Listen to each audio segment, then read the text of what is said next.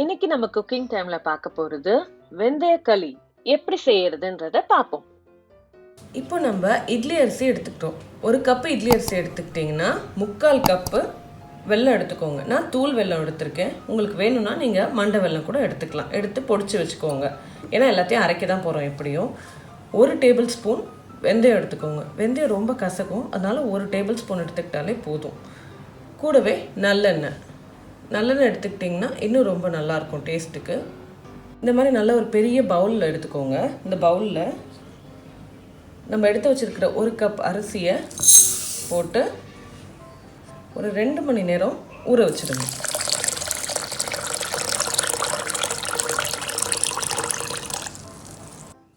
அடுத்து நம்ம வெந்தயத்தையும் அதே மாதிரி ஒரு பவுல்ல தனியா ஊற வச்சிடுங்க.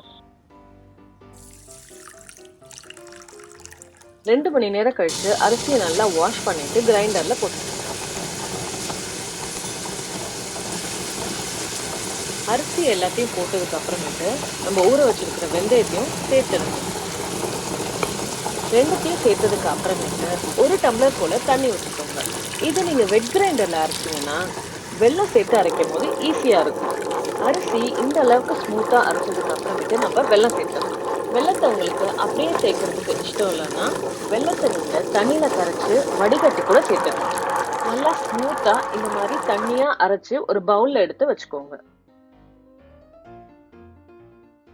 இப்போ ஒரு சூடான கடாயில 5 டேபிள் ஸ்பூன் எண்ணெய் ஊத்திக்கோங்க.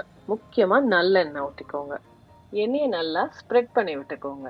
கொஞ்சம் நல்ல பெரிய அகலமான கடாயா எடுத்துக்கோங்க. ஏன்னா களி கிண்டும் போது நம்ம கிளறிக்கிட்டே இருக்கணும்.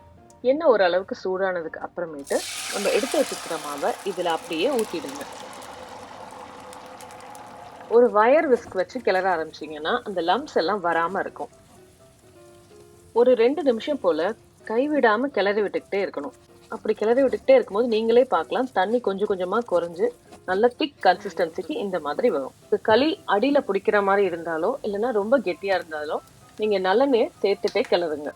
இந்த களியில வெந்தயம் நல்லெண்ணெய் ரெண்டுமே உடம்பு சூட்டை ரொம்ப குறைக்கும்.